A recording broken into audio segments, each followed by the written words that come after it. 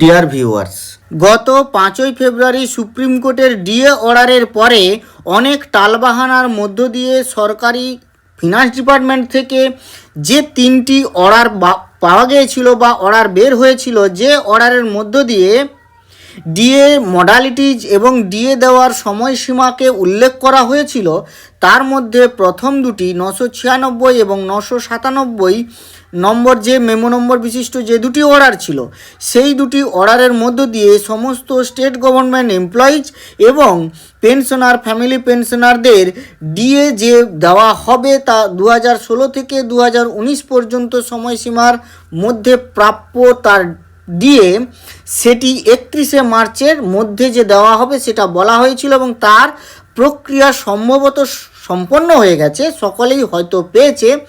যদি কেউ না পেয়ে থাকেন তিনি অবশ্যই সংশ্লিষ্ট দপ্তরে আবেদন করে পেয়ে যাবেন।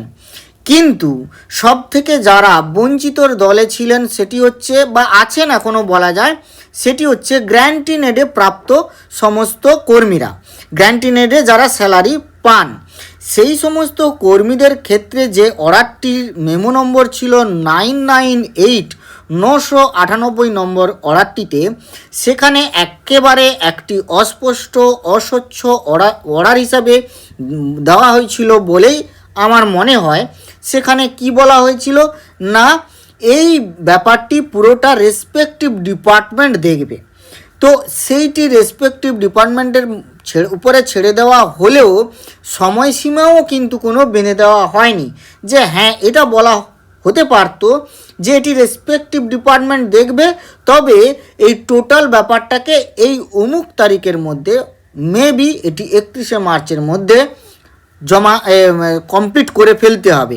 কারণ আপনারা খেয়াল করতে পারবেন সুপ্রিম কোর্টের অর্ডারে ফার্স্ট যে ডেটটা ছিল সেটি হচ্ছে 31শে মার্চ, মানে 4 সদস্যের কমিটির নির্ধারণ করে দেওয়া। যে কমিটি যা বলবে, যা মডালিটিজ বলবে, যা ইনস্টলমেন্ট দিতে বলবে তার পুরোটাই কমপ্লিট করে ফেলতে হবে, অর্থাৎ কর্মীদের অ্যাকাউন্টে ঢুকিয়ে দিতে হবে 31শে মার্চের মধ্যে। কিন্তু সেখানে সমস্ত কর্মীর কথাই বলা হলেও সরকারি অর্ডার অনুযায়ী দুটি দলে ভাগ করা হয়েছিল। এক স্টেট গভর্নমেন্ট এমপ্লয়িজ এবং আর এক হচ্ছে গ্র্যান্টিনেডে প্রাপ্ত যারা স্যালারি পান সেই সমস্ত এমপ্লয়ি, অর্থাৎ এডেড এমপ্লয়ি আমরা বলতে পারি। এর ফলে একটা বিষয় আমি খেয়াল করেছি, অনেক এমপ্লয়ি যারা নিজেদেরকে এতদিন অনেকেই ভুলভাবে ভাবতেন, তারা সরকারি কর্মচারী, কিন্তু অন্তত এই অর্ডারের ফলে সবাই বুঝে গেছেন কে সরকারি আর কে সরকারি নয়। তো সে যাই হোক, আপনারা ইতিমধ্যেই বা অনেকবারই খবর পেয়েছেন বিভিন্ন দপ্তর বিভিন্নভাবে তাদের ডেটা চেয়ে পাঠাচ্ছে।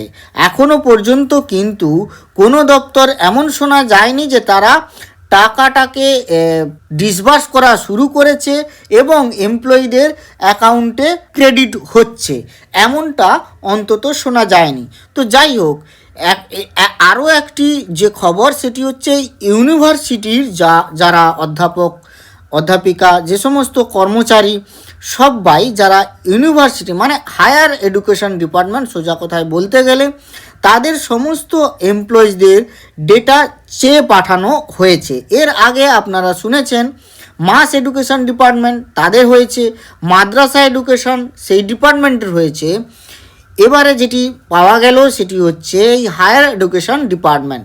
কিন্তু এখনও সেকেন্ডারি এডুকেশন ডিপার্টমেন্ট তাদের তরফ থেকে কোনো খবর পাওয়া যায়নি। তো হায়ার এডুকেশন ডিপার্টমেন্টের কি বলা হয়েছে সেখানে সবাই যেটি উল্লেখ করছে, এনারাও এই ডিপার্টমেন্টও উল্লেখ করলো। তবে প্রথমেই একটু দেখে নিই কে চেয়ে পাঠিয়েছেন the director of the public instruction. তিনি এটি পাঠানো হয়েছে 8 তারিখে চিঠিটি, এবং এটি ফিনান্স ডিপার্টমেন্ট তাদের যে নোটিফিকেশান দিয়েছিল 998 FP2 13ই মার্চ, সেইটির উল্লেখ করে জানতে চাওয়া হয়েছে যে আপনারা এই ফরম্যাটে, এই যে ফরম্যাটটি স্পেসিফিক ফরম্যাট যেটা to be prepared in MS excel, সেই ফরম্যাট অনুযায়ী আপনারা সমস্ত ডেটাগুলি প্রোভাইড করুন।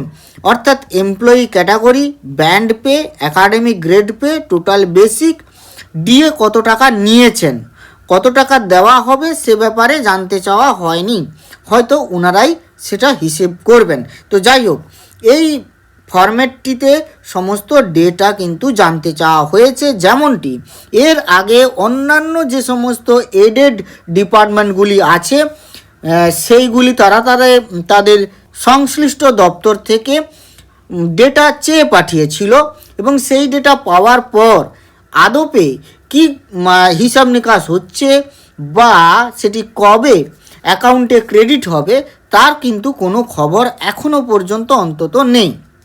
এর সাথে সাথে এটাও বলি রাখি, আজও পর্যন্ত আমি যা চেক করলাম তাতে কিন্তু 4% ডিএর কিন্তু এখনও পর্যন্ত কোনো খবর নেই। অর্থাৎ এই যে ডিএ এরিয়ার মানে 16 থেকে 19 আপাতত এখন মানে 8 থেকে 19 টোটালটা প্রাপ্য, কিন্তু প্রথমেই যেটি ইনস্টলমেন্ট আসা উচিত সেটি হচ্ছে 16 থেকে 19, সেটিরও খবর কিন্তু এখনও অধারা। আর 4% ডিএ এটিও কিন্তু এখনও সেরকমভাবে কোনো খবর নেই। জানি না এটা এই মাসের এটা কি আদৌ যদি ঘোষণা মাফিক ঠিক হয়, এটা যদি সত্য হয়, তাহলে এটা কি এরিয়ার হিসাবে আবার মেতে পাওয়া যাবে না কি হবে, সেটিও কিন্তু একটি বড় প্রশ্নের মুখে দাঁড়িয়ে আছে। যাই হোক, আজ এই পর্যন্ত। ভালো থাকবেন, সুস্থ থাকবেন, ধন্যবাদ।